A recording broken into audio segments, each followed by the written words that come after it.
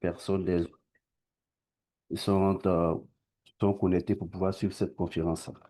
Alors aujourd'hui, nous avons l'honneur d'écouter Dr Ouattara Doudjo qui va nous entretenir sur un thème assez intéressant quand même, des forêts à nos mains, connaître, valoriser et sauvegarder les routines d'Afrique de l'Ouest. Mais avant de lui passer la parole, je vais faire une brève biographie du conférencier du jour, qui est donc Dr Ouattara Doudjo Noufou. Dr Ouattara Doudjo Noufou est maître de conférence CAMES depuis juillet 2024. Il est donc titulaire d'un master en biologie et plus spécialement en biodiversité et systématique. Et ce master, il a obtenu à l'Université de Genève. Il est aussi titulaire d'un doctorat en foresterie obtenu à l'Université de Namibia-Bourgois, pardon, en Côte d'Ivoire, où il exerce en tant qu'enseignant-chercheur depuis février 2018. Il est également chercheur associé au Centre suisse de recherche scientifique en Côte d'Ivoire, où il dirige le sous-axe valorisation des plantes utilitaires et des écosystèmes. Dr Ouattara Doudjo est auteur et co-auteur d'une vingtaine de publications scientifiques et de documents de valorisation parus dans diverses revues à comité de lecture. Il faut souligner qu'il est l'un des premiers spécialistes africains de la famille botanique des palmiers, le sujet sur lequel il va faire sa présentation tout à l'heure. Et depuis 2013, il est très actif dans plusieurs projets de recherche-action portant sur les espèces de cette famille. Et il a donc mené des études dans plusieurs pays.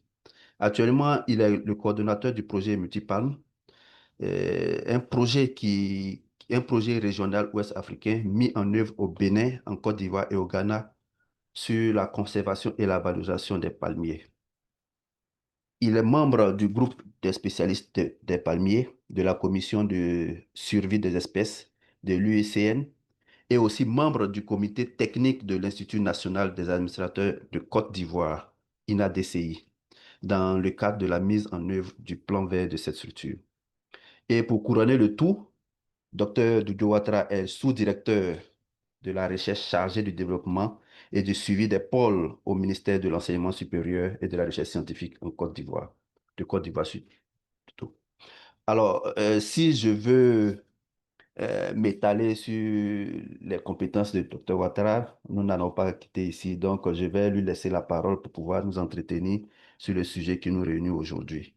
Dr Ouattara, vous avez la parole. Merci beaucoup, docteur Awa. Merci infiniment pour cette présentation. Je voudrais remercier également docteur Sylvie donc Isa pour la maestria avec laquelle elle donc dirige cette séance ou ce cadre donc du scientific séminaire. Et je voudrais également remercier euh, tous les participants donc à cette conférence.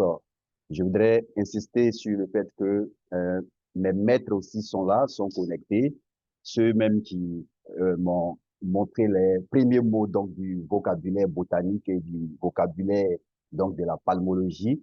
Je vais parler donc du professeur Bakayoko Adama et du docteur Fred Stoffer qui est conservateur au jardin botanique donc de Genève, mais qui suit donc avec nous cette séance. Je voudrais leur dire merci et merci à vous tous et à vous toutes pour votre présence. Et merci infiniment donc aux responsables, aux dirigeants donc du Centre de recherche scientifique qui nous permettent donc de pouvoir faire cette présentation.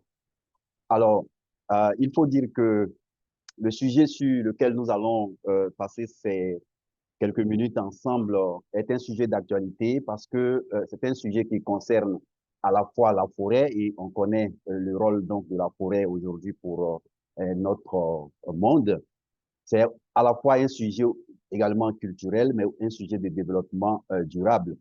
Donc, des forêts à nos mains, connaître, valoriser et sauvegarder les routines d'Afrique de l'Ouest, c'est le sujet donc qu'il s'agit. Et il faut dire que dans l'immense diversité donc du règne des plantes, peu d'espèces suscitent autant d'étonnement que les rotées.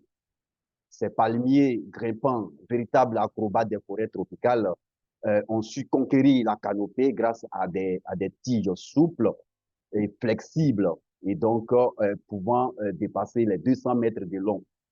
Et donc, à la croisée de la botanique et de l'écologie et de la culture même, les rotins représentent bien plus qu'une ressource. Ils incarnent l'équilibre entre biodiversité, savoir-faire local, mais aussi durabilité. Et donc, étudier et conserver ces rotins-là, c'est donc à la fois comprendre la forêt et préserver un patrimoine naturel et humain exceptionnel. Donc, au-delà de cette introduction que je viens de faire, notre présentation va s'articuler autour d'un certain nombre de points. Euh, j'ai du mal à faire passer le slide. Je clique, ça ne passe pas. Alors, notre présentation va s'articuler autour des points suivants. D'abord, connaître les routins, c'est très important. Valoriser les routins, sauvegarder les routins et aussi et surtout, quel est l'engagement du Centre suisse de recherche scientifique et ses partenaires dans le cadre donc de la connaissance, de la valorisation et de la sauvegarde des routins. Et enfin, nous allons terminer par une conclusion. Donc, le premier volet de notre intervention porte sur la connaissance des routins, connaître les routins. Et là, nous allons évoquer un certain nombre de points sur les questions de biologie donc de ces routins, mais aussi sur la législation forestière, donc sachant que ce sont des produits issus de la forêt. Les routins, c'est un groupe de plantes. Alors, donc, ce n'est pas une espèce quand on dit rotin, c'est un ensemble de plantes donc, qui appartiennent à une famille botanique, c'est-à-dire la famille des palmiers, que scientifiquement on appelle Aricacées. Alors, c'est la famille du palmier à huile, si vous voulez, c'est la famille du cocotier, c'est la famille du dattier, c'est la famille du rognier et bien d'autres plantes ornementales que nous connaissons, qui sont dans nos rues, qui sont même dans nos jardins à la maison, etc., etc. C'est donc à cette famille-là qu'appartiennent les rotins. Et les rotins ont une répartition dans le monde. Les rotins, donc, appartiennent à ce qu'on appelle l'ancien monde. C'est-à-dire que vous avez les rotins en Asie tropicale, vous les avez en Afrique tropicale et quelques espèces dans les îles donc isolées du Pacifique. Autant dire qu'il n'y a pas de rotins en Amérique, que ce soit l'Amérique du Sud ou l'Amérique du Nord, l'Amérique centrale, il n'y a pas de rotins. Il n'y a pas de rotin à Madagascar. Donc, c'est important de le savoir tout de suite. Et très important, les rotins, ce sont des palmiers lianes. Donc, comme on le sait, les palmiers, ce sont des monocotylédones, hein, si on s'en tient à la systématique. Et ici, et on connaît beaucoup de palmiers avec des pores donc dressés, palmiers à huile, cocotiers, etc., rogniers. Et ici, nous parlons d'un groupe de palmiers qui sont donc des lianes, donc qui vont grimper. C'est ça les rotins, les palmiers lianes. Et ce groupe de palmiers appartient à une des 5 sous-familles des palmiers. Donc, la famille des palmiers se divise en 5 sous-familles. Il y a une famille qu'on appelle les calamoïdés. Les rotins appartiennent à cette sous-famille. Donc, on a dans cette sous-famille 4 gens qui sont autochtones en Afrique de l'Ouest, dont 3 sont endémiques d'Afrique. C'est-à-dire que ces gens-là, on les trouve qu'en Afrique, naturellement. Donc, on a le genre Calamus, donc qu'on partage avec l'Asie, mais on a aussi les gens Eremospata, Lacosperma, Oncocalamus, donc ces gens qui sont en rouge ici, sont ceux qui sont endémiques à l'Afrique. Vous avez quelques représentants justement ici sur cette diapositive. Et on a environ 22 espèces de rotins en Afrique. Alors, sur plus de 600 espèces hein, à travers le monde. Autant dit que le centre de diversité, donc, se trouve en Asie du Sud-Est.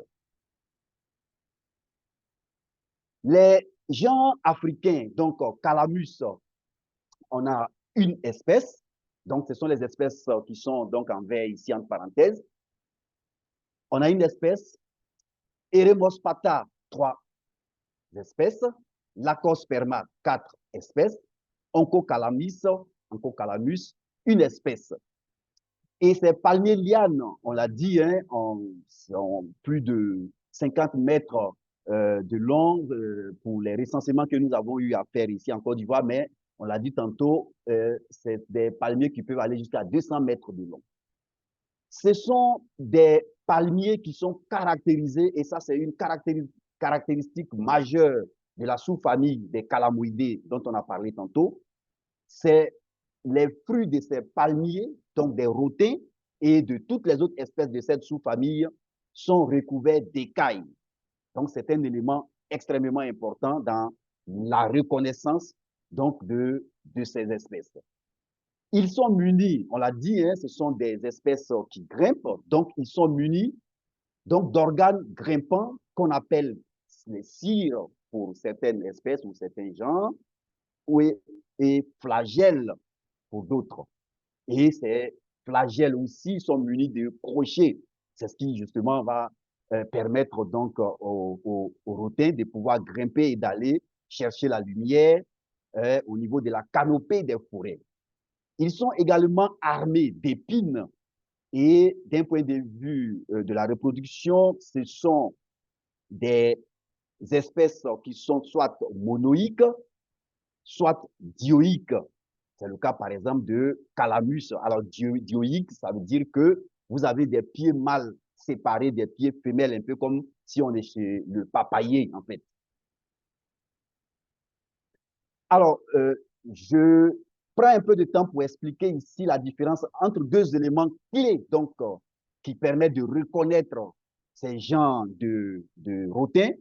C'est la différence entre ce qu'on appelle flagelle et cire. Donc, qu'on va trouver justement chez Eremospata, chez Lacosperma, chez Onchocalamus. Ça, c'est la cire, mais le flagelle, c'est chez le genre Calamus. Alors, quand vous observez ici, voyez que vous avez ici un organe, alors qui est indiqué donc par cette flèche jaune. Ce n'est pas une feuille, mais c'est l'organe qui va permettre donc à cette espèce de pouvoir grimper sur les arbres, de s'accrocher, donc de s'ancrer donc dans la canopée et de pouvoir aller chercher la lumière. Donc ça, c'est chez Calamus, notamment l'espèce Calamus deratus. Donc vous voyez qu'à la fin de cette feuille de Calamus, vous n'avez pas donc de prolongement, vous avez juste une foliole. Donc, l'organe qui permet à cette espèce de grimper ne se trouve pas sur la feuille, mais sort au niveau de l'aisselle de la feuille, ce qu'on appelle le flagelle. Et ça, on retrouve chez Calamus. Mais si vous venez de ce côté ici, vous avez ici une espèce du genre Lacosperma. À ce niveau-là, vous voyez, il y a un organe qui vient prolonger la feuille. Donc, à l'extrémité de la feuille, vous avez cette prolongation.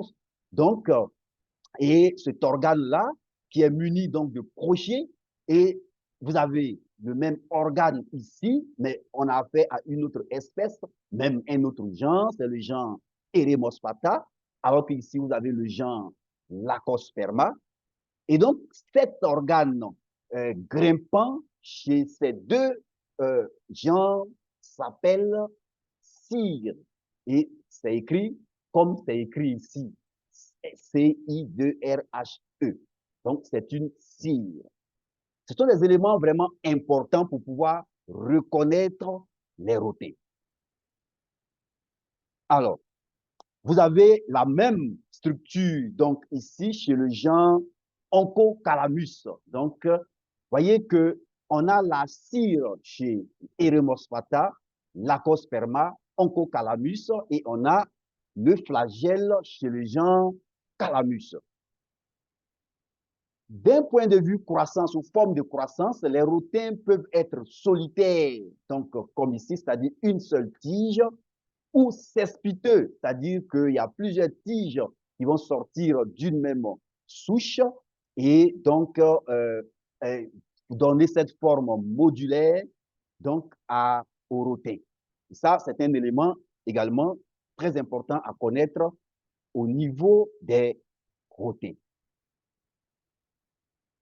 Les rotins sont également munis donc d'un polymorphisme foliaire qui va se voir selon les stades de développement. Donc, on aura chez certaines espèces des feuilles entières bifides lorsque on a affaire à des individus jeunes ou des feuilles composées pennées quand ces individus-là deviennent des individus donc adultes. Et ce polymorphisme foliaire est également un élément très important dans la reconnaissance donc des rotins. D'un point de vue distribution et écologie, les rotins, on va les retrouver dans les forêts denses humides sempervirentes, donc dans les pays côtiers au niveau de l'Afrique de l'Ouest, mais comme nous parlons aujourd'hui de l'Afrique de l'Ouest, mais on les trouve également dans le bassin du Congo, donc en Afrique centrale, et on les retrouve du Sénégal au Nigeria, bien sûr, avec un gap entre Accra et donc le Bénin, donc une partie du Bénin, ce qu'on appelle le Dahomey Gap. Donc, dans cette partie, vous avez une savane côtière donc, qui descend jusqu'à donc, à la mer et donc il n'y a pas de rotin dans cette partie. Mais après ça, vous avez les rotins dans les forêts denses humides sempervirentes, mais aussi dans les forêts semi-décidues, dans les galeries forestières, dans les zones marécageuses. Il faut dire que d'un point de vue écologique, les rotins sont beaucoup liés donc à la lumière. Ce sont des espèces héliophiles qui vont donc aller chercher de la lumière. C'est ce qui explique d'ailleurs la présence donc de tous ces organes qui vont leur permettre de grimper, donc de percer la canopée pour pouvoir donc aller trouver la lumière pour croître. Et il est important de le savoir, donc que ces rotins sont vraiment des espèces héliophiles. Comme vous pouvez le voir ici dans cette image, ces rotins qui sont en train de chercher, à grimper, à vraiment trouver les trouées dans la forêt pour pouvoir donc avoir de la lumière. Et ces rotins sont vraiment importants dans la foresterie parce que si vous regardez très bien les premières études de caractérisation des forêts en Afrique de l'Ouest, notamment en Côte d'Ivoire, on fait donc appel aux rotins pour définir un certain nombre donc, de caractéristiques de la forêt. Donc, quand vous prenez le livre de Guillaume et Adjanoun, qui est un livre monumental sur la végétation, enfin sur le milieu naturel de la Côte d'Ivoire, avec plusieurs chapitres, dont la végétation de la Côte d'Ivoire, vous verrez qu'on parle dans ce livre de forêt, donc à Eremospatha macrocarpa et Diospyros manii, comme une caractéristique essentielle donc, dans la taxonomie forestière en Côte d'Ivoire. D'un point de vue donc de la foresterie, les rotins font partie de ce qu'on appelle les produits forestiers non ligneux. Et selon la législation ivoirienne, donc le Code forestier de 2019, ces rotins-là font partie de la vingtaine de produits forestiers non ligneux soumis à une autorisation d'exploitation et de suivi par les services des eaux et forêts. Donc, on a une multitude de produits forestiers non ligneux. Hein. On a plus de 200, voire 300 produits forestiers non ligneux. Mais vous verrez qu'il y a une vingtaine donc, de PFNL qui sont soumises à une autorisation d'exploitation. Et les rotins en font partie. Ce qui montre vraiment l'importance écologique, mais aussi socio-économique de ces ressources naturelles. Et les plus grandes proportions en termes de prélèvement de ces rotins sont faites pour des usages domestiques quotidiens et sont généralement assimilés aux divers droits d'usage.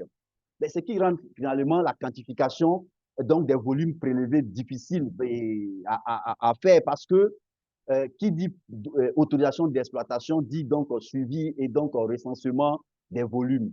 Mais quand on est dans la question des droits d'usage, donc des utilisations pour des activités domestiques, pour les besoins domestiques, il n'y a pas donc d'autorisation à prendre. Or, il se trouve que il y a une bonne partie donc de ces produits forestiers non liés, notamment les rotins, donc qui est prélevé par les communautés. Ça fait partie de leurs droits, donc les droits d'usage au niveau des forêts classées notamment. Et donc, on n'arrive pas à capitaliser, donc à quantifier cette proportion. Alors, aujourd'hui, nous parlons de connaître les rotins parce que on s'est rendu compte à travers les différentes études que encore aujourd'hui, ce sont des espèces très peu connues et étudiées d'un point de vue systématique, d'un point de vue floristique, d'un point de vue socio-économique, écologique, etc., etc. Alors, plusieurs raisons peuvent expliquer cela.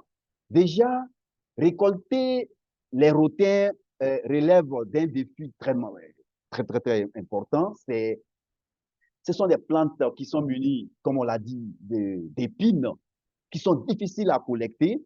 Alors, la figure que vous voyez ici, donc, on est combien de personnes? Une, deux, trois, quatre, cinq, six personnes, sans oublier le photographe. Donc, on était à Ankasa Forest Reserve au Ghana, en train de récolter ici un échantillon de Eremosphatha macrocarpa.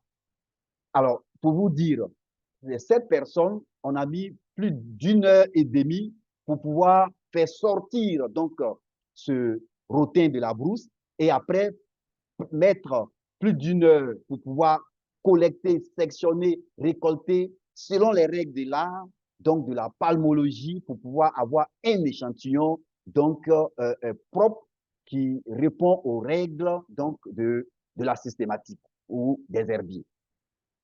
Et on les connaît, il y a les organes clés comme les feuilles, les inflorescences, les fruits, les cils, les flagelles, qui sont difficiles à prélever, mais aussi à transporter. Et ça fait que aujourd'hui, dans nos herbiers, il est difficile, en tout cas pour les travaux qui se sont menés il y a 20 ans, il y a 30 ans, de trouver des échantillons complets. Il a fallu qu'il y ait des botanistes qui se spécialisent vraiment au niveau des palmiers, parce que ce problème sur les rotins peut même être généralisé au niveau de la famille. Donc, il a fallu qu'il y ait ces premiers botanistes spécialistes de la famille des palmiers pour qu'on commence à avoir des échantillons complets qui peuvent permettre de mener véritablement des études poussées et de mieux comprendre la biologie et l'écologie de ces espèces. Alors, naturellement, toutes ces difficultés ont fait qu'il y a un sous-échantillonnage dans les inventaires floristiques. Il y a beaucoup de botanistes, lors de leur échantillonnage, négligent, voire ignorent carrément ces espèces. Donc, du coup, on ne va pas retrouver ces espèces dans leur liste donc, de plantes. Et tout ceci mis ensemble avec le manque d'expertise, notamment dans l'identification, ça a entraîné donc toutes ces difficultés quant à la reconnaissance, quant à l'identification ou aux études tout court, donc des, des palmiers et plus spécifiquement des rotets. Abordons maintenant la question de la valorisation des rotins. Les rotins ont de la valeur. Je disais dans l'introduction que il y a donc il y a la botanique, il y a l'écologie, sont liés à ces rotins, mais il y a aussi un aspect purement socio-économique. En réalité, malheureusement, ce sont des espèces méconnues, mais qui se retrouvent partout dans nos jardins, dans nos salons, dans nos hôtels, un peu partout, qui nous servent à faire quelque chose au quotidien, mais malheureusement qui ne sont pas bien connus. Et nous allons essayer d'aborder ici quelques services écosystémiques donc fournis par ces rotins, que ce soit dans la stabilisation des sols, que ce soit dans leur rôle de corridor pour la faune, dans la régénération forestière, dans la nourriture des oiseaux, des singes, mais aussi et surtout que ce soit en termes de services d'approvisionnement, notamment l'utilisation par l'homme pour divers usages. Et pour cela, nous allons essayer de nous concentrer sur trois espèces, trois espèces qui sont abondamment recherchées donc, et utilisées dans notre sous-région ouest africaine et même au-delà, en Afrique centrale. La première de ces espèces est Eremospatha macrocarpa. Cette espèce que les amis appellent Elemle, les Baoulés Alé et les Guéréouais appellent Nié, au singulier, au pluriel Ni. C'est une espèce donc qui est beaucoup prisée parce que utilisée pour fabriquer bien d'objets et utilisée également au quotidien par les communautés, que ce soit en milieu rural ou en milieu urbain. Alors, ce que vous voyez ici, à votre gauche, vous avez un individu donc de Eremospatha macrocarpa, mais là, vous avez des bottes, donc des tiges, ce qu'on appelle en palmologie les stipes, qui sont récoltées. Et là, nous sommes à Anyama, donc chez un vendeur de ces stipes. Et on va le voir pourquoi. Eh bien, c'est cette espèce de rotin, donc Eremospatha macrocarpa, qu'on appelle le rotin rouge dans le jargon donc, de nos artisans, est un rotin donc, de petit diamètre qui est très prisé parce que c'est une espèce qui est flexible et qui sert à faire donc de l'ameublement, donc fabriquer des meubles, à fabriquer des paniers de toutes sortes. C'est ces paniers qu'on trouve un peu partout lorsqu'on fait les quêtes, un peu partout lorsqu'on fait les mariages. Ce sont des paniers qui sont fabriqués à base de cette espèce et d'une autre espèce, naturellement, que nous allons présenter tout à l'heure. Donc, divers objets de décoration également et divers objets donc, domestiques. Tous ces objets sont fabriqués à l'aide des tiges de cette espèce. Alors, ici, nous sommes toujours à Anyama. Ce que vous voyez, ce sont des bottes, donc des rotins à droite. Et à gauche, vous avez des cages à cola. Pour ceux qui ne le savent pas, c'est que la Côte d'Ivoire est un pays exportateur donc de noix de cola. Et la capitale donc de ce commerce est la ville d'Anyama.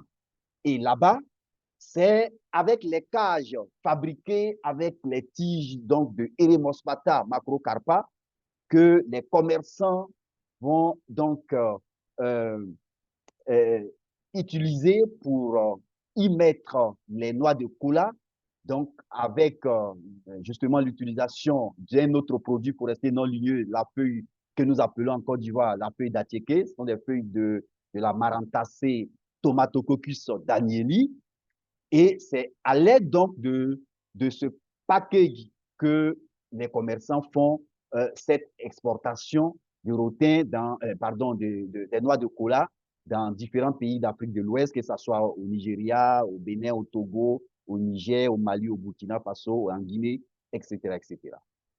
Bon, pour vous dire combien cette ressource est essentielle pour une bonne partie de la communauté.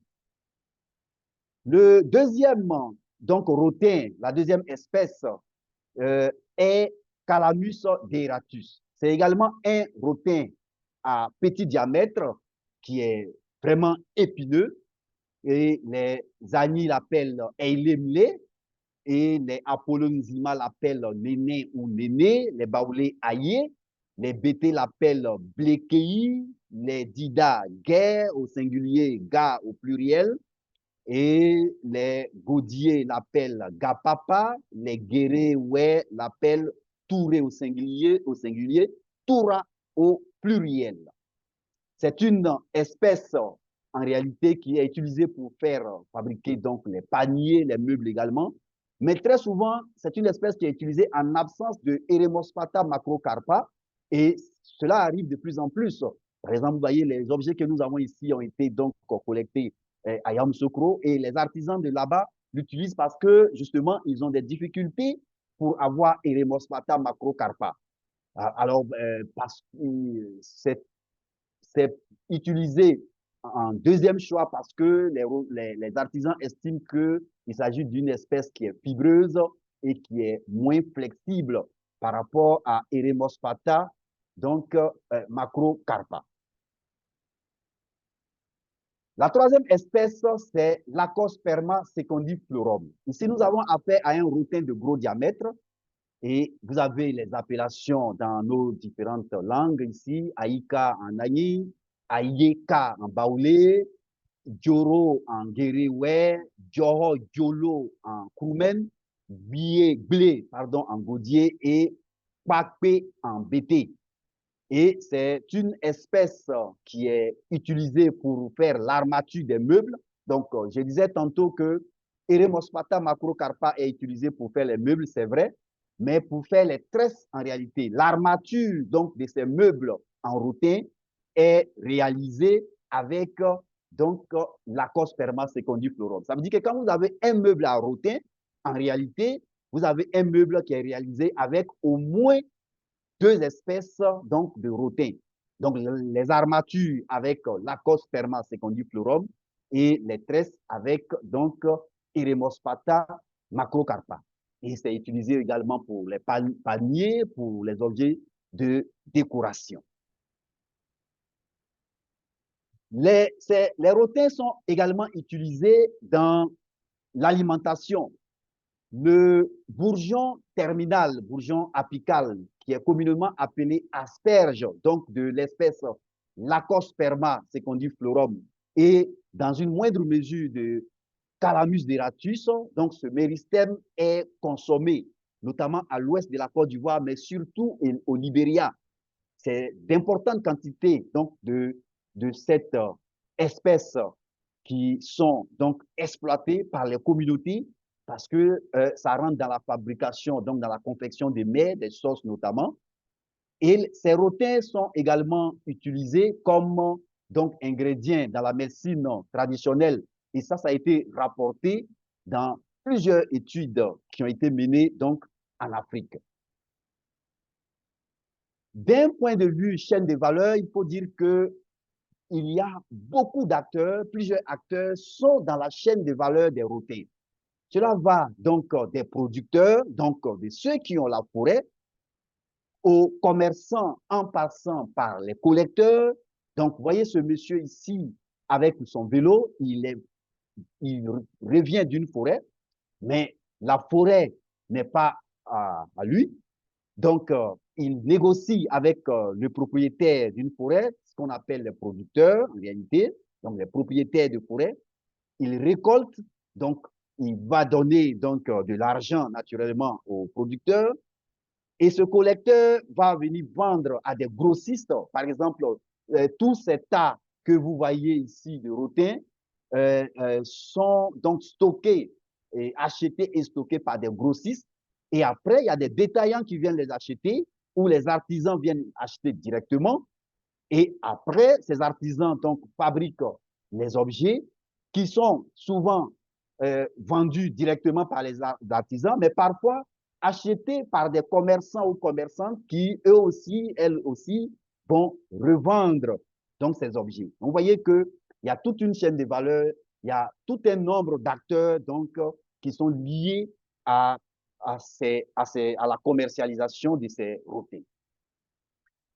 Alors, avec toute cette importance de, de ces routins, que ce soit au niveau écologique, que ce soit au niveau donc de, euh, de la socio-économie, il va sans dire que nous devons prendre des mesures pour pérenniser toutes ces activités. Et donc, pérenniser ces activités signifie qu'il faut sauvegarder ces routins, qu'il faut rendre disponibles ces routins, donc pour que les activités qui sont liées à leur exploitation, à leur utilisation, puissent être elles-mêmes pérennes. C'est pourquoi nous allons voir ici quelques menaces qui sont liées à l'exploitation donc, et à la disponibilité de ces rotés. L'une des premières menaces, c'est naturellement la déforestation. En effet, les rotins sont des espèces qui sont inféodées aux forêts. Quand il n'y a pas de forêt, il n'y a pas de rotins. C'est des espèces qui sont extrêmement liées à la présence de la forêt. Donc, voyez dans cette photo ici que nous avons affaire à une forêt classée, mais qui a été décimée.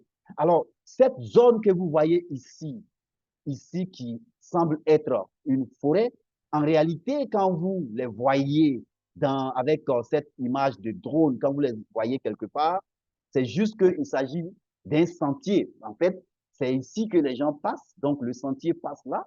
Donc, tous, ils ne, ils ne vont pas donc nettoyer autour du sentier pour ne pas être donc appréhendés par les agents des eaux et forêts. Ou quelquefois, quand vous voyez également, c'est qu'il s'agit peut-être d'une rivière donc, ou d'un marécage qu'ils n'ont pas encore pris la décision donc de détruire. Et malheureusement, ce n'est pas une photo anecdotique. C'est vraiment courant aujourd'hui de voir que nos forêts sont dans cet état. Il y a également l'exploitation non contrôlée. Donc, il y a un problème de traçabilité du rotin commercialisé. Comme je le disais tantôt, il y a une bonne partie qui est prélevée pour donc les usages, les droits d'usage, ce qui ne passe pas donc par les eaux et forêts. Ici, je montre l'évolution de la production de rotin en Côte d'Ivoire de 2016 à 2001. Et ça, la source, c'est le ministère des Eaux et Forêts. Mais cette statistique est vraiment en deçà de la réalité parce que c'est tout simplement ce qui est signalé aux agents des eaux et forêts, naturellement, qui est indiqué ici. Donc, il y a une bonne partie donc, des routins prélevés qui échappent donc à l'administration forestière qui déjà a des problèmes donc de capacité de surveillance. Et quand on met dans tout ça le problème donc d'utilisation selon les droits d'usage, mais il va sans dire que une bonne partie donc de ces routins prélevés n'est pas quantifiée. Alors, une autre problématique liée aux routins, c'est leur germination et leur croissance qui est lente. Donc, ici, je vous montre quelques données sur les dates de première germination de deux espèces, Eremospatha, donc les espèces d'Eremospatha et les espèces de Glacosperma, mais aussi Calamus. Donc, quand vous prenez des graines matures de ces rotins, donc Eremospatha ou Lacosperma, et que vous réalisez une pépinière, il faut attendre 8 à 10 mois pour observer les premières germinations. Je dis bien les premières germinations. Sinon, il faut attendre 12 mois, voire 14 mois, voire 15 mois pour atteindre peut-être la moitié donc de la germination. Et pour Calamus, vous devez attendre 3 à 4 mois. Et pour que ces rotins soient exploitables, il faut attendre 12 à 20 ans. Donc, vous voyez qu'ici également, il y a un sérieux problème donc, pour la disponibilité des rotins. Ben, naturellement, comme conséquence, c'est la raréfaction des ressources, mais aussi et surtout, c'est la pression sur les forêts classées, comme on peut le voir ici. Alors, cette pression-là a entraîné donc la raréfaction, mais surtout a entraîné le fait que certaines des espèces sont aujourd'hui classées comme menacées par l'UICN, l'Union internationale pour la conservation de la nature. C'est le cas de Eremospatha dransfieldi, qui est une espèce qui est non seulement endémique à l'Afrique de l'Ouest, endémique, c'est-à-dire qu'on ne retrouve cette espèce nulle part ailleurs qu'en Afrique de l'Ouest. Et quand on dit en Afrique de l'Ouest, on est en train de parler tout simplement des forêts denses humides sempervirentes, et qui est donc menacée parce que c'est classé aujourd'hui sur la liste rouge de l'UICN comme endangered, donc en danger d'extinction. C'est le cas également de Onchocalamus ratianus, qui est une espèce qu'on retrouve seulement au Bénin et au Nigeria, en ce qui concerne l'Afrique de l'Ouest, bien entendu, qui est classée également en danger d'extinction. Soit dit en passant, c'est une espèce qui est également utilisée pour fabriquer un certain nombre d'objets. Alors, il y a une étude qui a été menée il y a de cela quelques années sur le risque d'extinction donc des rotins, des palmiers d'une manière générale en Afrique. Mais ce qu'il est important, et pourquoi je parle de cette étude, parce que si on s'en tient au titre de cette étude, on pourrait penser qu'il n'y a pas de problème sur les palmiers.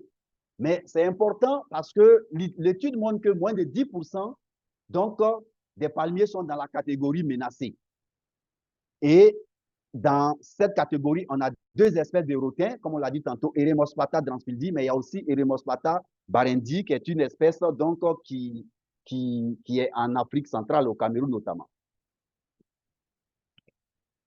Mais là où il faut faire attention, c'est que une étude sur donc, le statut de conservation se base sur un certain nombre de critères. Et si on part sur ces critères-là, en fait, ce qui fait qu'on dira que beaucoup d'espèces ne sont pas menacées, c'est qu'il y a des aires de répartition qui sont larges. C'est des espèces qui ont une large amplitude écologique également et surtout qui sont des espèces assez bien représentées à l'intérieur des aires protégées. Mais est-ce que pour faire la récolte des rotins, par exemple, pour venir faire les meubles, est-ce qu'on est autorisé à aller dans les aires protégées? Non, on n'a pas le droit d'entrer dans les aires protégées, dans un parc national, dans une réserve. Dans les forêts classées, c'est réglementé. Mais ces forêts classées, elles-mêmes sont aujourd'hui rares. Donc, il y a un sérieux problème. Donc, l'étude même signale qu'il faut faire vraiment des réserves importantes parce que même pour les espèces évaluées comme peu menacées, certains usages locaux montrent des signes de surexploitation ou de rareté locale. Et l'étude montre aussi que le changement climatique et les pressions anthropiques accrues pourraient donc modifier rapidement ces statuts. Donc, ce qu'il est important de faire avec ces études aujourd'hui, qu'il faut faire, c'est d'aller vers les évaluations locales et régionales de l'UICN. Et l'UICN propose des critères pour ça, plutôt que d'aller vers des évaluations globales pour tirer des conclusions hâtives qui pourraient nous tromper donc dans notre démarche, dans notre stratégie donc de préservation. Il faut qu'on encourage les évaluations locales et régionales selon les critères donc de l'UICN. Face donc à ce tableau, quels sont les engagements donc du Centre Sud de recherche scientifique et ses partenaires? Eh bien, depuis une quinzaine d'années, le Centre Sud de recherche scientifique travaille avec un certain nombre de partenaires sur les palmiers d'une manière générale, donc y compris les rotins en Afrique de l'Ouest, à travers divers projets de recherche et de recherche-action, des projets comme le projet Palmier solidaire qui a été développé à Divo, le projet qui est en cours actuellement, dont a parlé le modérateur tantôt, donc le projet Multipalms.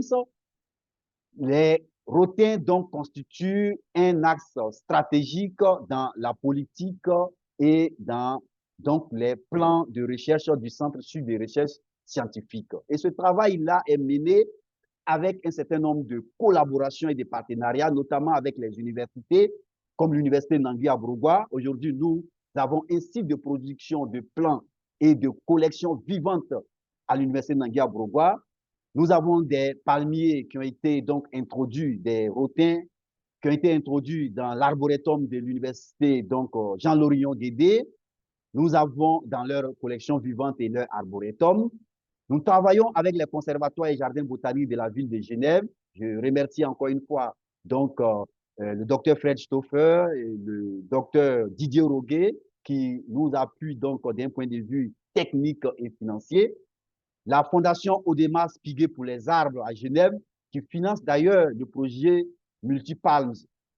et nos partenaires tels que la SODEFOR, l'OIPR, qui nous aident, qui nous appuient techniquement et qui nous permettent l'accès donc aux ressources. Donc, la méthodologie du Centre suisse, c'est de mener des recherches scientifiques à travers la mobilisation des données et l'identification des menaces. Nous le faisons à travers des inventaires, à travers l'ethnobotanique, mais aussi la germination, donc la compréhension de la germination de ces plantes, tout en impliquant les communautés. Donc, des plans sont produits et introduits dans la nature, des publications sont réalisées. Nous étions, il y a quelques mois, à l'AETFAT, donc le congrès de l'Association pour l'étude de la flore de l'Afrique tropicale, où nous avons eu à faire beaucoup de communications. Comme résultat, aujourd'hui, le Centre suisse de recherche scientifique avec ses partenaires peuvent dire qu'ils sont sur une bonne voie aujourd'hui pour une meilleure connaissance de la biologie et de l'ethnobotanique de ces plantes. Des échantillons d'herbiers de qualité sont aujourd'hui disponibles dans l'herbier du Centre suisse, mais aussi avec les doubles dans l'herbier de Genève. Nous faisons de la formation, donc un élément majeur dans notre démarche, à travers la formation des jeunes, beaucoup de masters, de thèses, à travers le renforcement des capacités. Nous documentons donc la pression et l'écologie et aujourd'hui, nous mettons des moyens modernes pour cette compréhension. D'ailleurs, il y a une thèse de doctorat qui est en train d'être menée par le doctorant Koulibaly Ahmed qui utilise un drone donc pour la compréhension de l'écologie, mais aussi l'identification, donc la localisation de ces espèces. Déjà, des résultats très prometteurs sont donc dans le pipe et nous aurons le temps de revenir donc sur ces résultats bientôt. Nous avons aujourd'hui une avancée notable dans la compréhension de la germination. Une thèse est en train d'être menée par la doctorante Leslie Diongo, qui aujourd'hui, avec des techniques développées, a permis de passer de 3 mois à 14 jours dans le temps de germination de Calamus deratus. Et elle continue ses travaux qui vont être donc étendus aux autres espèces le mois prochain quand on aura donc les graines. Et nous faisons toutes ces réintroductions, mais aussi nous faisons l'éducation environnementale, la sensibilisation, notamment au niveau de notre collection vivante à l'Université Nangui à Bourgois, mais aussi à Divo. Et nous faisons aujourd'hui ce qu'on appelle les ceintures des forêts avec les rotins. On en a fait au niveau de la forêt de l'Université Nangui à Bourgois. On en a fait donc au niveau de la forêt des marais Tanoe-Eyi, donc à Douan, Nouamou, dans le sud-est de la Côte d'Ivoire. Et nous sommes disponibles à en faire partout où besoin c'est là où on nous sollicite. On en a fait également au niveau du Centre de recherche scientifique, au niveau de la forêt, donc qui est partagé avec le CNRA. Nous communiquons également à travers des rédactions donc scientifiques, des publications scientifiques, mais aussi à travers des interventions dans les médias, que ce soit les médias sur le plan local, RTI, NCI, mais aussi à l'international, avec la radio suisse, avec donc des journaux en Afrique du Sud, etc., etc. Et aujourd'hui, nous avons donc lancé à la faveur du congrès de l'AETFAT un réseau sur les spécialistes de palmiers. Donc, nous appelons tout le monde à nous rejoindre justement et pour qu'on puisse faire ce travail donc ensemble pour sauvegarder ces ressources essentielles donc pour notre biodiversité. Pour terminer cette présentation, nous allons dire que les rotins africains, bien que constituant un patrimoine végétal et socio-économique majeur, demeurent parmi les groupes de plantes les moins étudiés du continent. Leur importance écologique et leur valeur économique comme produits forestiers non ligneux justifient une attention scientifique et politique renouvelée. Il nous faut donc mener des études et continuer à les mener, des études scientifiques, mais aussi il faut garantir le financement de la recherche, il faut soutenir des étudiants à travers des bourses, à travers des appels clés sur les rotins. Là, je fais un clin d'œil au FONSTI, pourquoi ne pas lancer un appel ciblé pour les rotins. Il faut continuer les activités donc, de sensibilisation et d'éducation environnementale en impliquant les communautés parce qu'il n'y a pas de pérennité sans la perception et l'implication des communautés locales.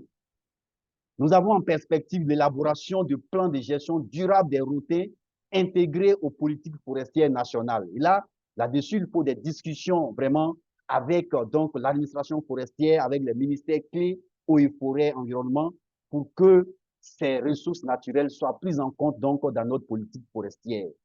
Nous envisageons donc le développement de systèmes agroforestiers associant routins et essences forestières. Alors, pour caricaturer cela, on fait l'agroforesterie dans les cacaoyers. Alors, donc, agroforesterie, arbre plus cacaoyer. Mais les rotins, ce sont des lianes qui grimpent. Alors, pourquoi on ne fait pas arbre plus rotin plus cacaoyer, étant donné que le rotin va grimper sur l'arbre tout simplement. Et après, ben, ça peut servir donc d'un moyen donc, d'une source complémentaire donc, de revenus pour le paysan. Nous envisageons donc la production également des policy briefs pour orienter la prise de décision et encourager la reconnaissance institutionnelle des routins comme indicateur écologique et levier économique durable. Je termine par cette image sans texte et je regarde le regard donc de ce jeune artisan. Ce regard, j'estime que est porté sur un véhicule qui est venu s'arrêter et qui va donc débarquer des cannes de rotin. Mais ce regard-là, si on y prend garde, si on ne fait pas en sorte que chaque fois que ce jeune-là tourne le regard, puisse voir ce véhicule avec donc les cannes de rotin, ce regard peut être détourné vers d'autres horizons. Je vois Lampedusa, je vois la Méditerranée. Or, il n'a pas besoin, il a juste besoin d'avoir sa matière première. Il a juste besoin de la matière première pour se sentir heureux dans cet atelier. Et il est heureux dans cet atelier. Il nous appartient de faire en sorte que ce regard-là reste là et ne se détourne pas. Je voudrais terminer pour remercier encore tous ceux qui participent à ce travail, la Fondation Audemas Piguet, l'Université d'Anguilla Bourgois, les conservatoires et jardins botaniques de Genève, l'Université d'Abomey-Calavi, le Centre Sud de recherche scientifique.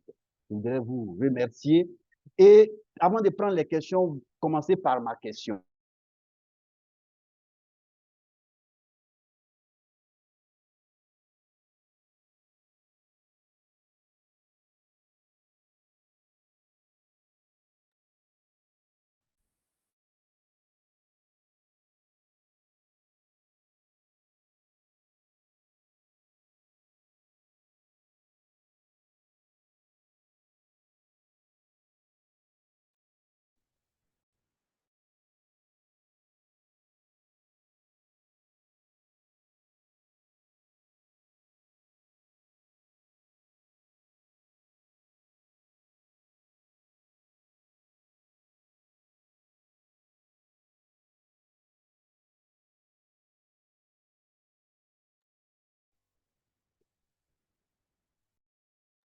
Allô, docteur Awa?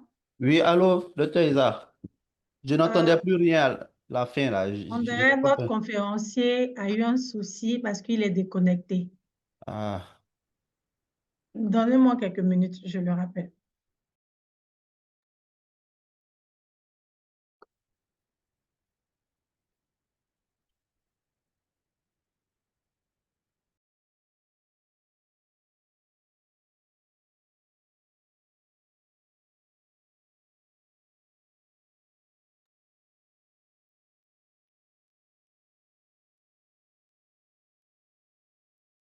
Avant que le conférencier ne se connecte à nouveau, si certains parmi vous ont des questions, ils peuvent déjà les mettre dans les Q&R ou bien au niveau du chat, le temps qu'il arrive pour répondre à ces questions.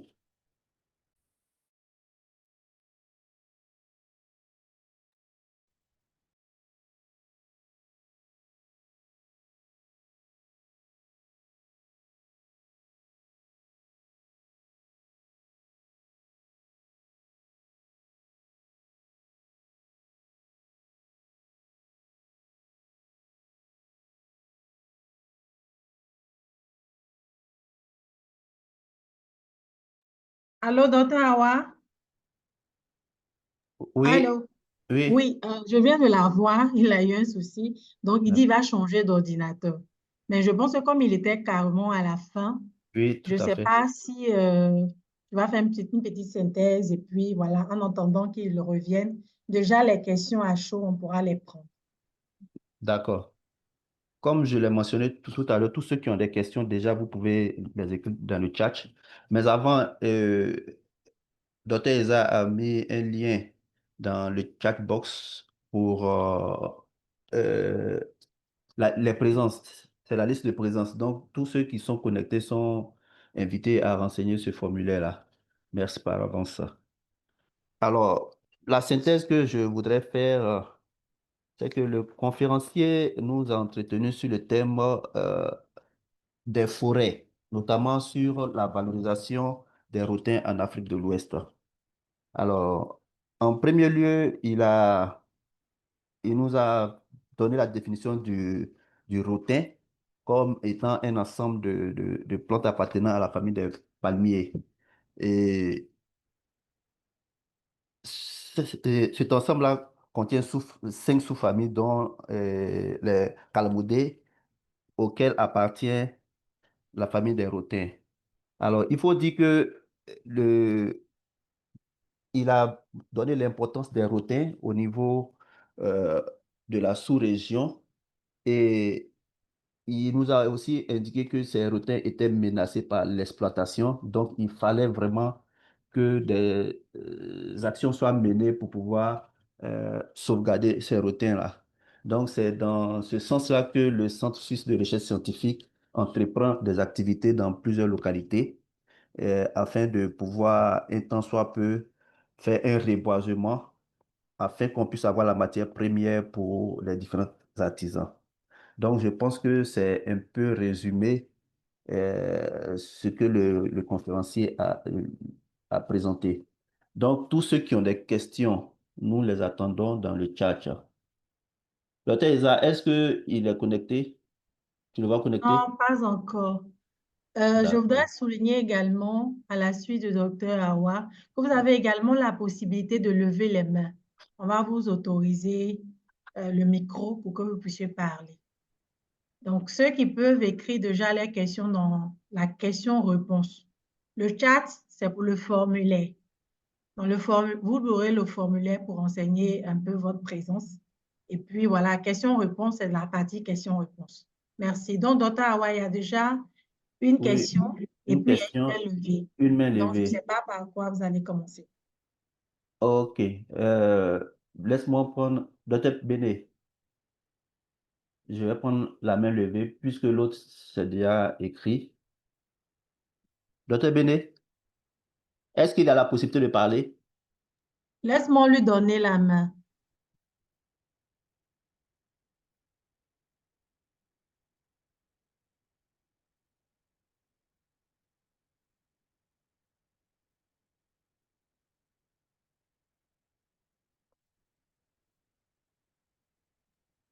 Alors, docteur Béné, pouvez-vous lever à nouveau la main parce que j'ai baissé votre main par inadvertance.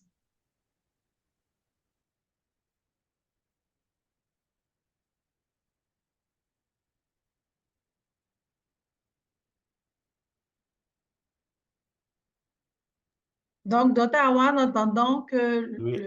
le docteur Béné soit là, il y Mhm. a On Kwao va- Jean Kofi. Oui. Monsieur Kwao Professeur Jean Kwao. Kofi, vous pouvez parler. Professeur Kwao. Oui, alors bonjour, bonjour, merci pour l'exposé. Grand merci, professeur Dugu, mon ami de tous les jours. Mais en fait, ce que vous voulez savoir, il dit qu'il y a une doctorante qui a pu ramener. En sorte que Allô? ça passe en fait. OK. Allô? Est-ce qu'on Allô, m'entend? je pense qu'il est connecté. Est-ce Docteur qu'on Dujo? m'entend? Oui, oui, professeur, on vous entend. Docteur Mhm. Dujo? Oui. Ah, il est connecté maintenant. Docteur Dujo? Oui, il est connecté avec l'ordinateur du professeur Béné. D'accord, d'accord. Ok, Lorsque je j'ai l'ai mis en compris. panéliste, il pourra parler. Donc, Ok, la ok. question, voilà, vous Donc, pouvez poser la professeur Kwao, question. allons-y. Je vous écoute, on vous écoute pour votre question. Donc, comme le temps est connecté, je voulais lui dire merci, merci à toute l'équipe. En fait, ce que je voulais savoir, la Est-ce que vous doctorante m'entendez? qui a pu ramener le temps de germination de 3 mois à 14 jours, si je ne me trompe pas. Alors, je voulais savoir un peu plus. Qu'est-ce qui s'est passé? C'est une dormance ou bien qu'est-ce qui s'est passé? Alors, la deuxième question, est-ce qu'il y a possibilité de faire une éducation végétative au niveau de ces lianes? Merci. Allô? Oui, allô? Allô? Allô?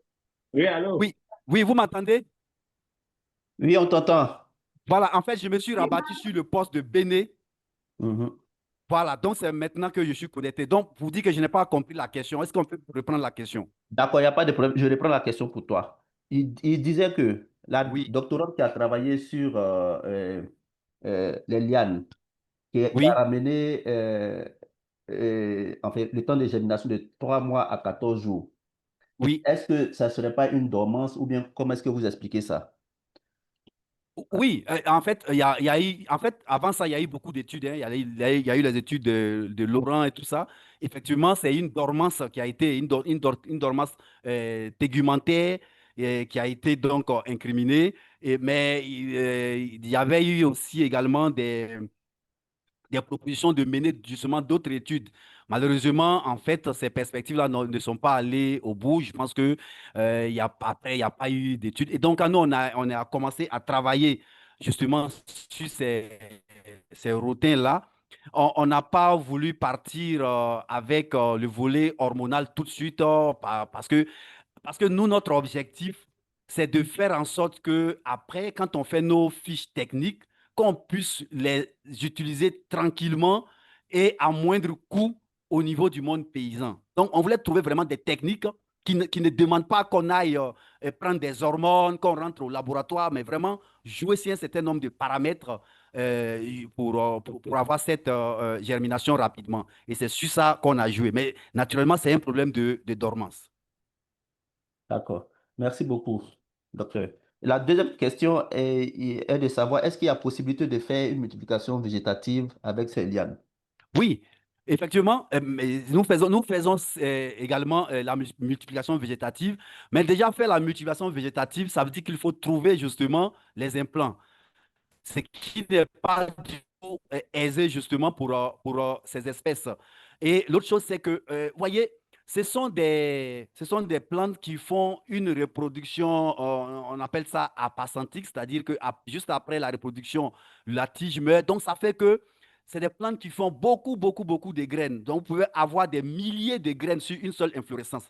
Donc, si on arrive à partir donc, de la reproduction sexuée, c'est-à-dire à partir des graines, on arrive facilement à avoir beaucoup de plants et aussi on arrive à garantir la diversité génétique par rapport donc à la mutilation végétative. Sinon, nous implémentons cela aussi. Mais avec tous les dégâts qu'on connaît, avec le rythme de déforestation et le besoin en plants, il faut absolument passer donc par les graines pour pouvoir donc répondre aux besoins. D'accord. Merci beaucoup, docteur Dujo, pour les différentes réponses. Il y a aussi des... Docteur Eza, tu as la main levée ou bien c'est... Ah Non, non, non, c'est j'ai professeur. pas de... Ma main n'est pas levée. C'est D'accord. bon. Il y a des questions dans le Oui, oui, Q&R. vas-y. OK. La première question, c'est un spectateur anonyme, je ne sais pas qui c'est. Il pose la question de savoir quelles sont les familles de rotins en Côte d'Ivoire. Où les trouve-t-on? Alors, alors, ça m'amène à revenir un peu sur le début. En fait, on ne dit pas famille de rotins. Parce que les rotins eux-mêmes appartiennent à une famille de plantes. D'accord? Ça, c'est la famille, on appelle ça les arécacées ou famille des palmiers. Donc, les rotins sont des palmiers. D'accord? Donc, dans cette grande famille donc, des palmiers, des arécacées, on va trouver les rotins, qui sont donc des plantes qui appartiennent à différents genres, mais qui ont cette chose-là en commun d'être des palmiers qui sont des lianes, donc qui vont grimper sur des arbres. Donc, on ne parle pas de famille de rotins. On peut plutôt parler de gens de rotins. Donc, si on va sur cette base-là, les gens qu'on trouve, ce sont le genre Calamus, le genre Eremospata, le genre Lacosperma, le genre Onchocalamus. Maintenant, à l'intérieur de ces genres-là, vous avez les espèces. Par exemple, vous avez Eremospata macrocarpas, qu'on appelait le rotin rouge, qui est bien prisé pour faire ses paniers, ses meubles, etc., etc. Voilà. Où on trouve en Côte d'Ivoire, ben on l'a dit, c'est dans les forêts denses humides sempervirentes, c'est dans les forêts semi-décidues. Alors, quelquefois, on trouve l'espèce Calamus deratus dans des fourrés en zone de savane, même au nord de la Côte d'Ivoire, quand vous avez des zones marécageuses, des zones très humides, vous pouvez trouver quelques touffes donc, de Calamus deratus. Mais à part ça, les rotins, c'est des espèces qu'on trouve donc dans les forêts. Merci. Merci beaucoup, docteur Dubo. Alors, on a une autre question de Sanata Kone. Comment impliquer les jeunes et les femmes dans la valorisation des rotins pour assurer un impact social positif? Alors, c'est une question très intéressante et elle doit être prise en compte dans notre démarche et c'est ce que nous essayons de faire. Comment impliquer? Alors, d'abord, impliquer les femmes, c'est impliquer la communauté. C'est impliquer la communauté qui utilise ces espèces. Alors qu'on sait très bien que finalement, le produit fini se retrouve très souvent dans la main des femmes. Donc, c'est très important d'associer les femmes dans notre démarche. Et c'est pourquoi, justement, dans tout ce que nous faisons aujourd'hui comme action, ces femmes sont ciblées. Par exemple, dans la production des plants, et vous l'avez bien vu, nous travaillons encore sur la germination pour maîtriser la germination. Mais quand nous aurons fini avec tout ça et que nous allons passer, parce que ce que nous voulons, c'est un jour arrêter la production à notre niveau pour que ce soit les communautés elles-mêmes qui produisent ces plants. Et à ce moment-là, véritablement, les femmes seront vraiment des actrices majeures de notre démarche. Mais déjà, la sensibilisation les concerne. Elles sont concernées par cette sensibilisation, tout comme les jeunes également, ben, qui sont l'avenir. Et c'est pourquoi nous misons beaucoup sur la sensibilisation, même déjà au niveau de l'école primaire, mais aussi au niveau donc, des lycées. Il y a quelques jours de cela, nous avons fait venir un lycée à l'université de Nangui à Bourgois, justement, pour leur montrer déjà ce que nous savons sur ces rotins en termes de diversité, mais aussi en termes d'utilisation. Et ensemble donc des démarches que nous mettons toutes les communautés, y compris les jeunes et les femmes. D'accord. Merci beaucoup, docteur. Il y a une autre question. Je ne sais pas si, docteur Eza, quelqu'un a levé la main? Parce que là, je Oui, n'arrive mais pas à voir. je pense qu'il y a des mains levées, mais finis avec les questions dans le Ok, chat. je finis avec les questions, comme ce n'est pas beaucoup. Alors, il y a Afoué Patricia Conan qui veut savoir l'état d'avancement des activités de conservation des requins en Côte d'Ivoire, vu leur importance. L'état d'avancement des activités de conservation des requins en Côte d'Ivoire. Alors, Des requins en Côte d'Ivoire. oui, ça revient à résumer un peu ce que nous faisons dans le cadre du Centre suisse. L'état d'avancement, c'est premièrement la localisation de ces routins. Et aujourd'hui, nous avons un certain nombre de sites où nous pouvons avoir la semence. Ce n'est pas encore assez, nous devons continuer, mais nous avons un certain nombre de sites. Et c'est là que je remercie encore nos institutions, donc, comme l'Assaut des Forts, l'OIPE, mais aussi les communautés autour de la forêt des marais Tano et I. Ce sont des zones donc, de biodiversité qui nous permettent donc d'avoir de la semence. Donc, à ce niveau, nous sommes en droit de dire que nous avons des sites pour avoir la semence. Ensuite, la germination. Nous le savons et depuis que nous avons commencé, je peux vous dire que nous avons introduit plus de 3000 plants dans différentes activités donc de réintroduction. Et nous avons sur notre site de pépinière plus de 6000 plants qui sont donc prêts à être introduits. Donc, nous travaillons dans ce sens donc de réintroduction. Et à côté, ben, il y a la recherche scientifique continue pour mieux comprendre donc la germination, l'écologie et nous permettre de prendre notre vitesse de croisière dans la production des plants et dans la réintroduction. Et enfin, nous avons une très bonne connaissance aujourd'hui de l'utilisation donc ethnobotanique. Il y a un master qui a été mené ici, donc sur l'ensemble des espèces de palmiers de la Côte d'Ivoire, qui nous a permis donc de faire l'inventaire de ces utilisations ethnobotaniques. Idem, parce que nous sommes en train de parler d'Afrique de l'Ouest, hein, idem au Ghana, où un master a été fait, idem donc au Bénin. Et voilà, donc on peut dire que c'est à ce niveau que nous sommes aujourd'hui et nous continuons. Bien dit. Merci beaucoup, docteur Doudjo, pour ces réponses. Alors, nous avons une autre question de Zéo Jean-Eudes Bakayoko. Sa question est relative à l'usage des rotins. Elle dit qu'elle est dans...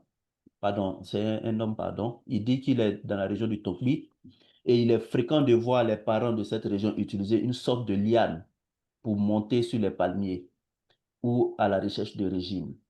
Il voudrait savoir s'il s'agit de rotins. Alors, comme je n'ai pas vu la liane, je ne saurais répondre, mais ce qu'on peut dire, c'est que les rotins, effectivement, sont utilisés dans certaines régions pour pouvoir grimper, même pour grimper sur d'autres palmiers, c'est-à-dire les palmiers raffia ou, comment on dit, borassus, le rognier, pour pouvoir grimper et y aller extraire donc le vin de palme. Des fois, des rotins sont utilisés. Mais comme je n'ai pas vu la liane, je ne saurais répondre, mais c'est possible, ça peut être des rotins, comme ça peut être aussi d'autres lianes, hein, telles que des lianes de la famille des Ménispermacées, qui sont des fois très rigides et flexibles, qui peuvent être utilisées pour grimper. D'accord. Merci beaucoup. Alors, une autre question de Marie-Madeleine Dieng, elle veut savoir si la germination accélérée est-elle applicable à l'espèce dont la germination est naturellement possible à partir de 8 mois. C'est la prochaine, excusez-moi, c'est la prochaine étape donc du travail de Leslie. Parce que, en fait, ce qui s'est passé depuis près de 3 ans maintenant, c'est qu'elle faisait plusieurs techniques. Elle a implémenté plusieurs techniques. Et c'est tout récemment, une technique a permis de passer de 3 mois à 14 jours pour Calamus deratus. Mais le problème, c'est qu'au moment où elle appliquait cette technique, on avait à disposition seulement les graines de Calamus deratus. On n'avait pas les graines de Lacosperma ni de Remus bata. Du coup, on s'est dit, OK, très bien. Comme ça a marché, cette technique a marché sur les graines de Calamus deratus, on va attendre le mois de décembre parce qu'en fait, on a la maturité des graines donc, dans le mois de décembre, janvier, février. Donc, on attend donc le mois de décembre. On a déjà identifié un certain nombre de pieds qui sont en fruitaison. Donc, en décembre, lorsque les fruits seront matures, elle va récolter et elle va appliquer la technique sur les graines de ces espèces-là et on verra. Mais nous, on a beaucoup d'espoir que ça puisse marcher. On ne pense pas peut-être que ça, on passera de 8 mois à 14 jours, mais si on passe de 8 mois à 4 mois, on aura fait quelque chose, non? Oui, merci beaucoup, docteur. Alors, la dernière question du chat, bon, ça, je sais que c'est un étudiant qui le dit. Pourquoi ne pas confier, d'une part, le projet aux étudiants de la protection des végétaux et de l'environnement afin de leur donner de l'expérience? Alors, c'est une très bonne question et ça me rend heureux.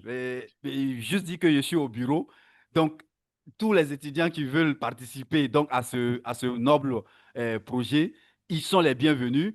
Mais ce que je veux dire, c'est que euh, depuis qu'on a commencé, j'ai déjà encadré euh, 3 masters en protection des végétaux et de l'environnement et 7 masters au niveau donc de la filière biodiversité et gestion durable des écosystèmes. Pour dire que nos étudiants viennent donc de l'université Nangia Bourgois, peuvent venir des autres universités, des autres grandes écoles.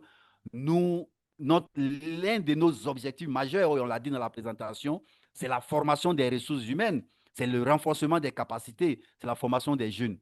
Donc, ben, ils sont les bienvenus. Merci beaucoup, donc, pour, pour ces éléments de réponse. La dernière question du chat, elle est de Tienuru Danyogo. Alors, elle veut savoir, qu'est-ce qu'on pourrait dire à un paysan pour qu'il accepte de mettre des plants de rotin dans son plantation? Et est-ce que ces rotins n'inhibiront pas la production de sa culture initiale? Alors, première chose, qu'est-ce qu'on pourra dire à un paysan? Alors, ça m'amène à parler du caractère interdisciplinaire de la démarche du Centre sud de recherche scientifique. En réalité, nous travaillons dans un contexte d'interdisciplinarité. Cette question, par exemple, c'est une question que, quand nous voulons adresser, nous faisons appel à nos collègues sociologues, en fait, pour nous aider, et c'est ce que nous faisons toujours, pour nous aider donc à avoir déjà la perception donc, des populations, quelle est leur perception, ensuite avoir quelle approche utiliser pour, n'est-ce pas, les amener à coopérer dans le cadre donc de nos démarches. Mais cela dit, ce qui concerne les rotins, ce n'est pas aussi compliqué que ça, parce que c'est une ressource qui a de la valeur. Donc, le paysan déjà sait que ça a de la valeur. Du coup, ce n'est pas compliqué de donner le message, de faire passer le message. Maintenant, est-ce que ça va inhiber? Est-ce que ça va... Mais ça relève justement du travail à faire, du travail de l'agronome. Et encore une fois, on fait appel à l'interdisciplinarité. En réalité, même dans l'agroforesterie typique qu'on connaît, cacaoyer plus arbre, mais si vous n'observez pas une certaine densité, ben, l'arbre va nuire au cacaoyer ou vice-versa. Donc, dans tous les cas, il y a une densité qui va être compatible. Et c'est ce qu'il faut rechercher dans la recherche, justement. Et c'est pourquoi on a besoin justement des étudiants, justement, pour mener de telles études, pour pouvoir arriver véritablement à construire des fiches techniques qui permettent de faire ces plantations-là sans problème majeur. D'accord. Merci beaucoup, docteur. Je pense qu'on va maintenant venir aux personnes qui ont levé la main. Je vais donner la parole à Yao. Docteur, Oui. bien avant de donner la main, je voulais, parce qu'il y a des participants qui demandent le lien. Ils Mhm. disent qu'ils ont du mal à voir le chat. Le chat peut ne pas s'afficher, mais vous regardez juste où il y a les 3 points, le plus. Quand vous activez, le chat est juste en haut. Donc, vous voyez le chat et vous allez à l'intérieur. Le message et le formulaire se trouvent là-bas. Merci beaucoup. Maintenant, pour les questions, je vois qu'il y a une question il y a une personne qui a posé une question dans le chat. C'est plus Oh, dans les questions-réponses. Merci. d'accord. Merci beaucoup. Alors, je passe la parole à Yao Séraphin Dibi. Yao Séraphin Dibi, s'il n'est pas prêt, je passe la parole au professeur Ali Mangara. Votre micro est activé. Vous pouvez juste activer le micro. Ouvrez le micro si vous avez commencé à parler. Le micro est fermé. Monsieur Yaokan. Bon, il ne réagit pas, donc on va passer la parole au professeur Ali Mangara.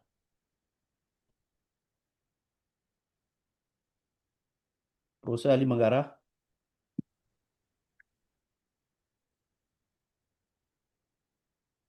Lui non plus. Mais je vois toujours une main levée du professeur Kwaojan. Je ne sais pas s'il a une autre question à poser ou c'est une ancienne main. Et c'est un additif, Oui. si je peux parler. Oui, allez-y, professeur.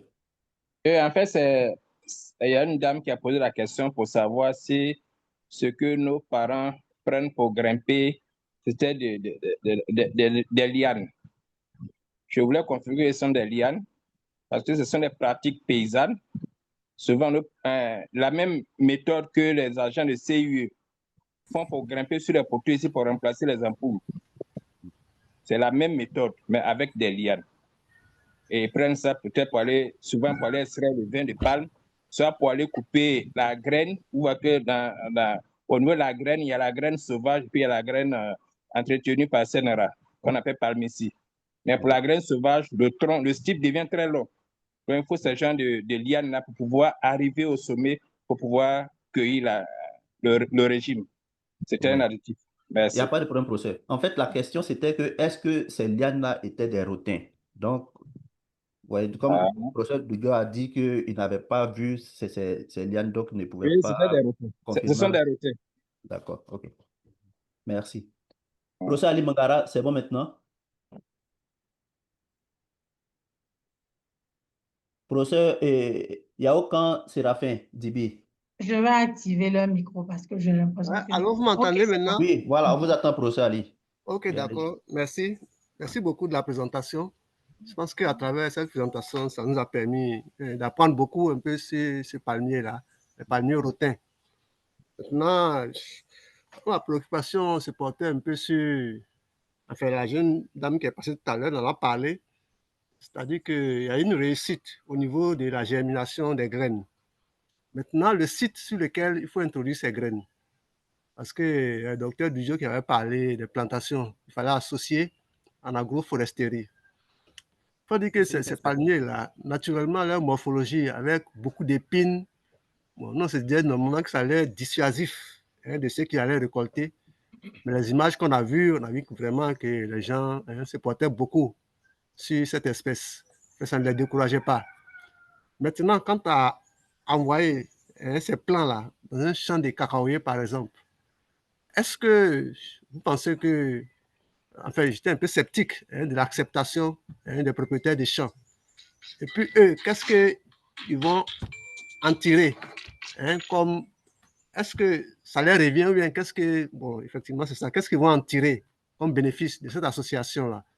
Puisqu'on vient leur proposer quelque chose, bon, soit ils n'étaient pas habitués à cette espèce-là. Donc, c'était un peu ça ma préoccupation. Merci. D'accord. Merci Mais, beaucoup, mais, professeur. merci, professeur. Alors, d'abord, qu'est-ce qu'ils vont en tirer? C'est de l'argent. C'est de l'argent. En fait, ce qu'on observe, c'est quoi? Et on l'a dit dans les différents acteurs, il y a ceux qu'on appelle les producteurs. En fait, c'est ceux qui ont les forêts. Et aujourd'hui, ces producteurs, il n'y a quasiment plus. Donc, les gens vont dans les forêts classées. Mais celui qui a un morceau de forêt et qui a des rotins, les récolteurs vont négocier, vont acheter le rotin, en fait. Et ils rentrent, ils coupent les rotins, ils viennent, ils donnent son argent. Et lui, il a son argent. Ensuite, le récolteur vient vendre au grossiste. Il a son argent. Le grossiste vend aux détaillants. Il a son argent. Les détaillants vendent aux artisans. Bon, quelquefois, l'artisan vient acheter directement chez le grossiste, ainsi de suite. Donc, c'est une chaîne de valeur. Donc, il y a de l'argent. Ensuite, est-ce qu'il va accepter? Ça, on ne sait pas. Et c'est pourquoi on utilise toujours une démarche donc, interdisciplinaire pour voir déjà l'acceptabilité. Et l'autre chose, est-ce que c'est possible? C'est possible parce qu'il faut tout simplement définir un itinéraire technique, tout simplement. Et je voudrais dire que le travail que fait Leslie, par exemple, dans le cas de sa thèse, ce n'est pas que la germination, mais elle essaie de voir aussi quels sont les arbres qui servent de tuteurs aux rotins dans la forêt. Elle fait cet inventaire-là. Parce qu'on veut savoir, est-ce qu'il y a des espèces préférentielles dans la forêt pour les rotins? Par exemple, et donc, à la fin de sa thèse, quand on aura la réponse à cette question, c'est-à-dire que si on a une liste de plantes, ça veut dire que ce sont ces espèces, par exemple, qu'il va falloir promouvoir dans le cadre des agrosystèmes, des systèmes agroforestiers à base de rotins, et donc utilisant ces espèces en particulier. Donc, c'est un élément également de sa thèse qu'elle est en train de faire. Pour revenir à l'acceptabilité, il y a d'autres méthodes qu'on peut faire. Par exemple, quand on parle d'agroforesterie, ce que nous faisons par exemple maintenant, ce qu'on appelle la ceinture des forêts, c'est très simple. C'est qu'on met les rotins tout simplement pour faire une ceinture autour de la forêt. Mais on peut tout simplement faire également une ceinture autour d'une plantation. Mettre les arbres, déjà, ça va permettre de délimiter les plantations. Peut-être utiliser les rotins justement pour faire la frontière donc, entre les différentes parcelles. Mais ça ferait d'ailleurs du bien quelque part pour éviter le conflit entre les gens et tout ceci, tout cela. Donc, en fait, il faut réfléchir sur une démarche qui puisse être donc acceptable, mais qui puisse être bénéfique. À partir du moment où il y a un bénéfice à tirer et qu'il n'y a aucune nuisibilité justement sur la production, il n'y a pas de raison que le paysan n'accepte. Dernière chose avant de terminer, c'est que ce qui est intéressant avec ça, c'est que nous ne sommes pas en train de parler d'espèces exotiques. Il ne s'agit pas des espèces qui sont donc méconnues aux paysans. C'est des espèces qui sont dans leur environnement, qui connaissent. C'est pourquoi nous avons tenu à donner des noms vernaculaires ici, en fait. Ils connaissent ces espèces. Ils utilisent ces espèces. On a dit tout à l'heure que la quantification était compliquée parce qu'il y a une bonne partie qui est utilisée pour les droits, dans le cadre des droits d'usage. Donc, ils sont coutumiers à ces espèces, ils connaissent ces espèces. Donc, nous ne pensons pas que, il y aura beaucoup de réticences quant donc à l'acceptation donc de ces espèces. Merci. D'accord. Merci beaucoup, docteur Dujo. Alors, une question de Yao Kan Séraphin qui n'arrive pas à parler parce que son micro a un souci. Il aimerait savoir quelle est la plante associée à la culture du rotin, étant donné que c'est une liane. Maintenant, au cas où cette plante est connue, cela permettra de voir si l'agroforesterie est possible avec d'autres plantes. C'est ce que je viens de dire, c'est l'un des objectifs de la thèse de Leslie, justement. C'est-à-dire qu'elle va dans les différentes forêts, elle regarde donc elle observe les rotins, et puis elle identifie les arbres sur lesquels les rotins grimpent. Comme ça, après, on va voir est-ce que les rotins grimpent sur n'importe quel arbre, ou bien est-ce qu'il y a des espèces préférentielles, ou bien est-ce que même, et là, elle travaille sur un élément aussi qui est l'architecture des arbres, justement.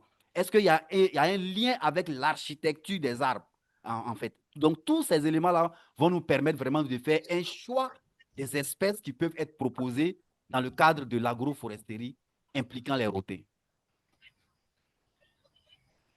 D'accord. Merci beaucoup. Merci beaucoup, docteur. Est-ce qu'il y a une autre main levée?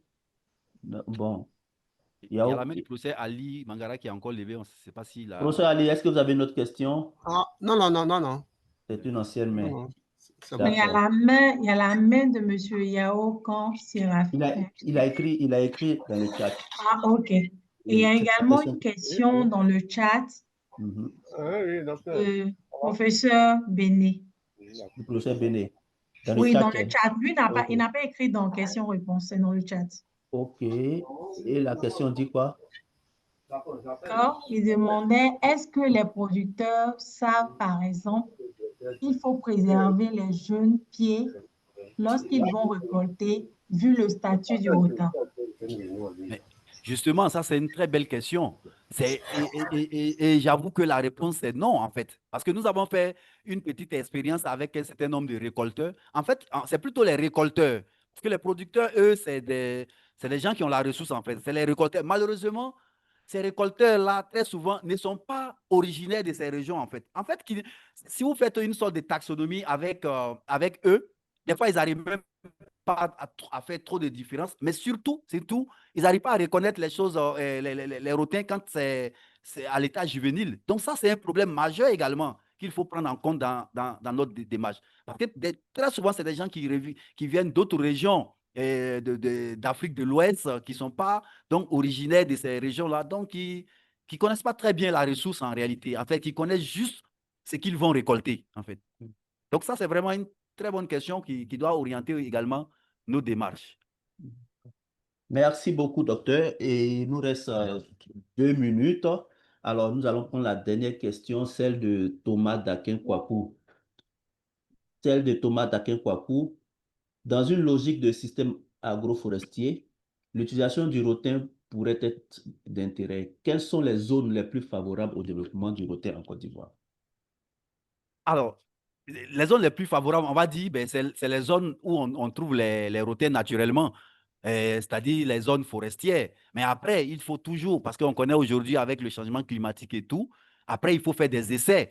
Et pour terminer peut-être sur les objectifs finaux, j'ai finalement donné tous les objectifs de la thèse de Leslie, parce que l'un des objectifs de sa thèse aussi, c'est de faire les réintroductions des plants de rotins dans différents milieux. Donc, actuellement, elle fait des essais dans des milieux complètement ouverts, donc où le soleil vient directement sur ces plants, dans les milieux semi-fermés et puis dans les milieux fermés, en fait. Donc là encore, elle est en train de récolter des données pour voir la croissance, le développement de ces rotins dans ces zones-là. Naturellement, ça s'accompagne d'un certain nombre d'études de sol, etc., etc. Donc, disons que tous ces essais-là vont nous permettre de savoir concrètement dans quel milieu ou quel micro-habitat il faut introduire les rotins. Et donc, voilà, ça va nous permettre de voir à quel degré on peut aller, on peut monter au nord, on peut aller donc au centre pour pouvoir cultiver les rotins. Mais pour l'instant, nous faisons les essais dans la région d'origine de ces rotins, c'est-à-dire au sud. D'accord. Merci beaucoup. Alors, je voudrais rappeler à tout le monde que euh, le lien est toujours dans le chat box. Pour ceux qui n'ont pas encore renseigné, merci d'y faire un tour et de renseigner. Alors, l'autre question, la dernière, je dirais, celle de Daouda Kouyaté. L'expérience de la réduction du temps de germination de la graine est-elle la seule expérience actuellement en vue d'accroître le nombre de pieds? J'ai pas compris. L'expérience de la réduction du temps de germination de la graine est-elle la seule expérience actuellement en vue d'accroître le nombre de pieds de rotin? Non, non, on a dit qu'on fait également la multiplication végétative. Mais on a dit que ça prend beaucoup plus de temps et ça donne moins de plants que si on arrive justement à trouver une méthode donc de réduction du temps de germination et passer par les graines. Parce que même à l'état actuel des choses, c'est-à-dire les 8 mois ou les 4 mois avant la germination, quand on arrive à avoir plus de plants avec les graines qu'avec la multiplication végétative. Voyez, quand vous coupez une seule tige, je ne parle même pas d'un pied parce que c'est les organismes modulaires, si vous coupez une seule tige avec une inflorescence de Lacosperma secundiflorum, ben vous avez plus de 2000 graines. Donc, si vous venez mettre les 2000 graines en pépinière, ça veut dire qu'après 12 mois, vous avez 2000 pieds. Vous voyez, après 12 mois, vous avez, c'est vrai, ça a pris du temps, 12 mois, mais vous avez quand même 2000 pieds. Mais combien de pieds vous devez identifier pour pouvoir récolter 12 explants, donc pour faire la multiplication, pardon, 2000 explants pour faire la multiplication végétative. Vous voyez, c'est colossal, c'est quasiment, c'est difficile, peut-être même impossible. Vous voyez, c'est pourquoi vraiment on mise sur la reproduction sexuelle qui garantit aussi, je le répète, la diversité génétique. Ce qui est très important, surtout en ces moments donc de changement climatique. Il est important qu'on maintienne une bonne diversité génétique. Et ça ne peut que passer par les graines. Voilà, merci. D'accord. Merci beaucoup, Docteur Doudjo, pour cette brillante présentation et aussi pour toutes les questions auxquelles tu as répondu. Merci aussi à tous ceux qui ont pris part à cette conférence. Je crois que nous sommes au thème de cette activité. Alors, Docteur Doudjo, je te donne la parole pour ton mot de fin avant que je ne passe la parole à Docteur Eza. Merci beaucoup, Dr. Awa. Le mot de fin, c'est les remerciements. En commençant par toi-même pour cette modération. Je remercie beaucoup Dr. Eza. Je remercie tous les participants. Je reviens sur mes patrons, professeur Bakayoko, le Dr. Fresh Taufer, Dr. Didier Roguet. Je remercie tous ces étudiants qui ont posé de très belles questions, tous ces collègues qui ont pris tout leur temps. Je remercie la direction du Centre de recherche scientifique pour tout ce qu'elle fait. Je remercie donc les autorités de l'Université Nangui à Brouwa qui nous permettent donc de mener ces activités-là ici sur le site de l'Université Nangui à Brouwa. Le mot de fin, c'est de dire tout simplement que connaître les rotins, c'est déjà les préserver. Et les valoriser, c'est offrir un avenir à nos forêts et à nos communautés. Les sauvegardes appellent à une synergie durable entre la science, la société et la nature. Je vous remercie. Merci beaucoup, Docteur Dudo. Alors, Docteur Eza, je te passe le micro. D'accord. Merci beaucoup, Dr. Awa, pour la parole. Donc, on va toujours rester dans les remerciements.